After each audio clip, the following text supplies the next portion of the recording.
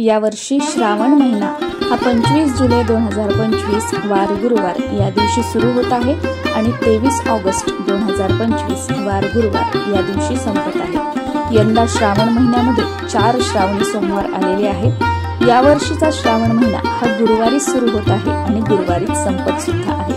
पहिला श्रावणी सोमवार हा 28 जुलै 2025 ला आलेला आहे। नमस्कार सर्वांना, मी प्रांजली। या व्हिडिओमध्ये मी तुमच्यासोबत पहिल्या श्रावण सोमवारी अतिशय साध्या सोप्या पण विधिवत पद्धतीने घरच्या घरी शिवलिंगाची पूजा कशी करावी, शिवलिंगाला शिवामूठ कशी अर्पण करावी, किती वेळा शिवामूठ अर्पण करावी आणि हो, शिवामूठ अर्पण करण्याच्या 2 ते 3 पद्धती या व्हिडिओमध्ये मी तुमच्यासोबत शेअर करणार आहे। अगदी त्या तिन्ही पद्धतीने वाहून दाखवणार आहे तुम्हाला शिवामूठ। आणि शिवामूठ अर्पण करताना कोणता मंत्र म्हणायचा आहे, 2 प्रकारचे मंत्र शेअर करणार आहे। या दोन्हीपैकी तुम्हाला जो सोपा वाटेल तो मंत्र तुम्ही शिवामूठ अर्पण करताना म्हणू शकता। सोमवारची पूजा केल्यानंतर नैवेद्य काय दाखवायचा, सोमवारचा उपवास कसा करायचा आहे, या श्रावणी सोमवारच्या उपवासाला काय खावं काय खाऊ नये, हा उपवास दुपारी सोडावा की रात्री सोडावा आणि हा उपवास सोडताना कोणती भाजी खाऊन हा उपवास सोडावा आणि सर्वात महत्त्वाचं या दिवशी सेवा काय करायच्या आहेत, अशी संपूर्ण माहिती या व्हिडिओमध्ये मी तुमच्यासोबत शेअर करणार आहे। श्रावणी सोमवारची पूजा सकाळी आपली देवपूजा करून झाल्यानंतर तुम्ही लगेच केली तरी सुद्धा चालते, पण सकाळी जर तुम्हाला वेळ नसेल, तुम्ही वर्किंग असता, सकाळची तुमची शिफ्ट असते, तर अशा वेळेला सायंकाळी प्रदोष काळामध्ये तुम्ही श्रावणी सोमवारची पूजा केली तरी सुद्धा चालते। श्रावणातल्या प्रत्येक श्रावणी सोमवारी तुम्ही शक्यतो रुद्राभिषेक करण्याचा प्रयत्न करा। रुद्राभिषेक कसा करावा हा व्हिडिओ सुद्धा मी तुमच्यासोबत शेअर केलेला आहे, तो तुम्ही बघू शकता।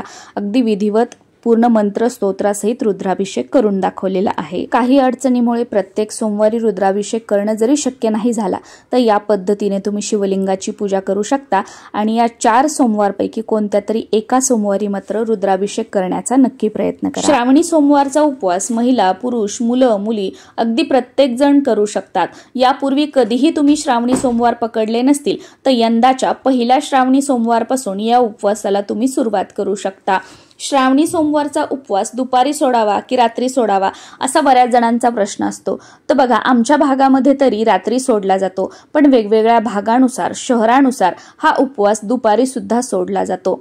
तुमच्या भागानुसार, तुमच्या शहरानुसार आणि सर्वात महत्त्वाचं तुमच्या कुळामध्ये, तुमच्या घराण्यामध्ये पूर्वीपासून परंपरागत हा उपवास सोडण्याची पद्धत कधी आहे, तुमच्या कुळामध्ये दुपारी सोडला जातो पूर्वीपासून का रात्री सोडला जातो, हे तुम्ही जाणून घ्या। तुम्हाला घरात सासूबाई वगैरे सांगणाऱ्या कोणी नसतील तर तुमच्या भावकीमधील मंडळींना तुम्ही विचारा, ते माहीत करून घ्या आणि त्यानुसारच हा सोमवारचा उपवास तुम्ही त्यावेळेला सोडण्याचा प्रयत्न करा।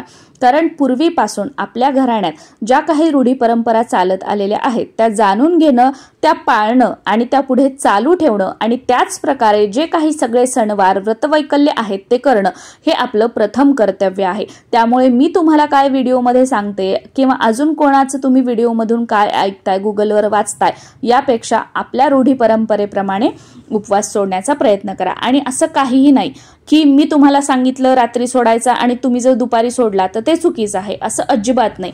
तुमच्या घराण्यामध्ये जर पूर्वीपासून दुपारी सोडला जात असेल तर तुम्ही दुपारी सोडा, हे तुमच्या फायद्याचं आहे। कारण आपल्या घराण्याच्या रूढी परंपरा सोडायच्या आणि दुसऱ्यांनी सांगितलेलं ऐकून त्याप्रमाणे व्रतवैकल्य करायची, हे पूर्णपणे चुकीचं आहे।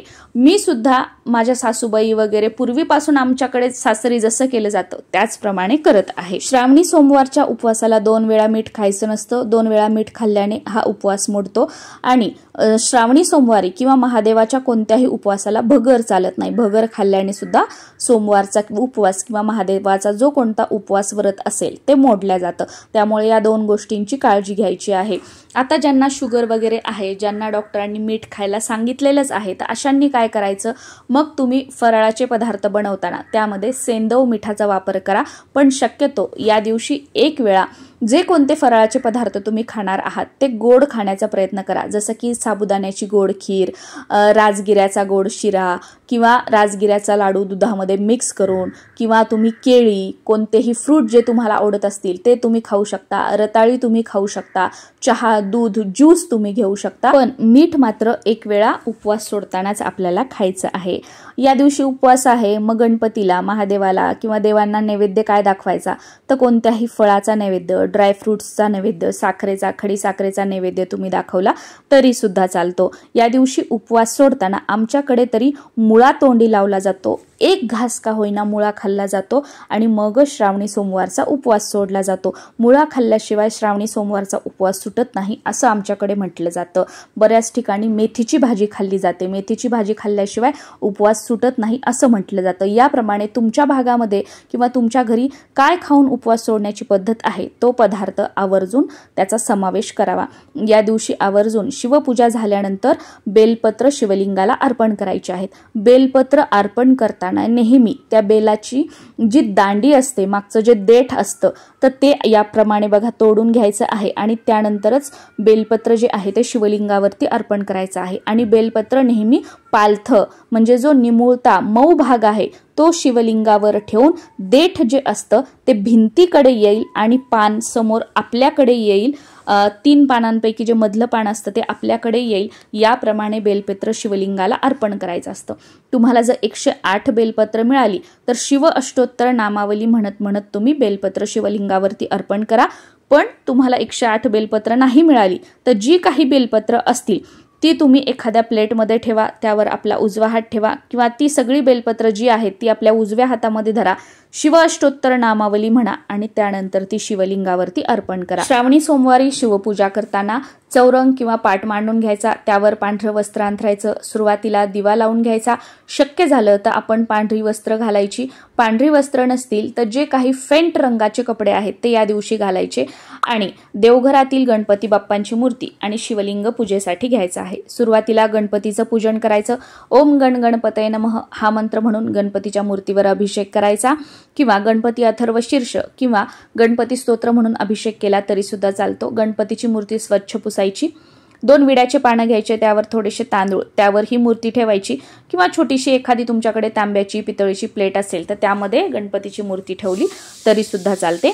गणपतीच्या मूर्तीला हळद कुंकू वगैरे अर्पण करून घ्यायचं, तुमच्याकडे असतील तर दुर्वा वाहायच्या, फूल अर्पण करून घ्यायचं आणि नैवेद्य दाखवायचा आणि धूपदीप ओवाळून घ्यायचं। त्यानंतर शिवलिंगाची पूजा करायची आणि शिवामूठ अर्पण करायची। शिवामूठ ही कधीही कोरडी अर्पण करायची नसते, शिवामूठ ही ओली अर्पण करायची असते। आता ती ओली पण कशा प्रकारे तर बघा, तुम्ही या पद्धतीने एखाद्या ट्रेमध्ये प्लेटमध्ये तांदूळ घेऊ शकता। मी तुम्हाला पहिल्या सोमवारची पूजा दाखवत आहे त्यामुळे पहिल्या सोमवारची शिवामूठ जी आहे ती तांदूळ आहे तर मी तांदूळ घेतलेले आहेत। ज्या सोमवारची जी शिवामूठ असेल ती तुम्हाला एखाद्या प्लेटमध्ये घेऊन त्यामध्ये थोडंसं पाणी टाकायचं, ती शिवामूठ ओली करून घ्यायची आणि 3 वेळा आपल्या मुठीमध्ये घेऊन 3 वेळा शिवामूठ अर्पण करायची आहे।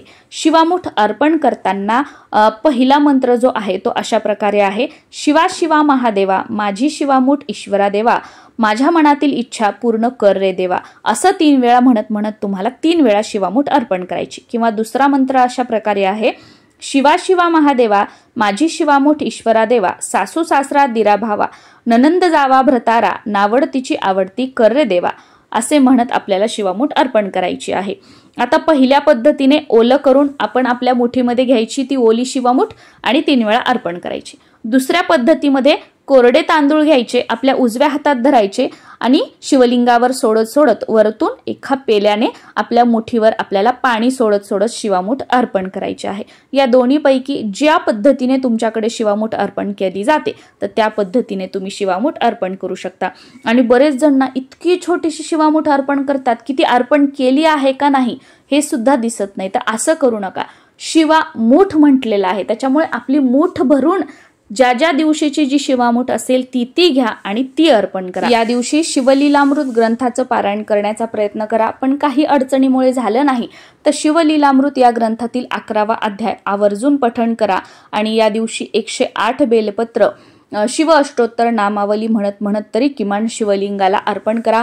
महादेवाच्या मंदिरामध्ये जाऊन शिवाचं दर्शन घ्या आणि शक्य झालं तर प्रत्येक श्रावण सोमवारी किंवा या 4 श्रावण सोमवारपैकी कोणत्याही एका सोमवारी रुद्राभिषेक आपल्या घरामध्ये आवर्जून करा आणि दुसऱ्या दिवशी म्हणजे मंगळवारी उत्तर पूजा करून घ्या।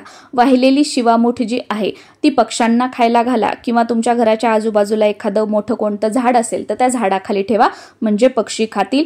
बेलपत्र फुलं वगैरे जे आहे ते निर्माल्यामध्ये टाका आणि प्रत्येक सोमवारी या प्रकारे पूजा करायची आहे। फक्त शिवामूठ बदलायची आहे। पहिल्या सोमवारी तांदूळ, दुसऱ्या तीळ, तिसऱ्या मूग आणि चौथ्या सोमवारी जव शिवामूठ जी आहे ती शिवलिंगाला अर्पण करायची आहे।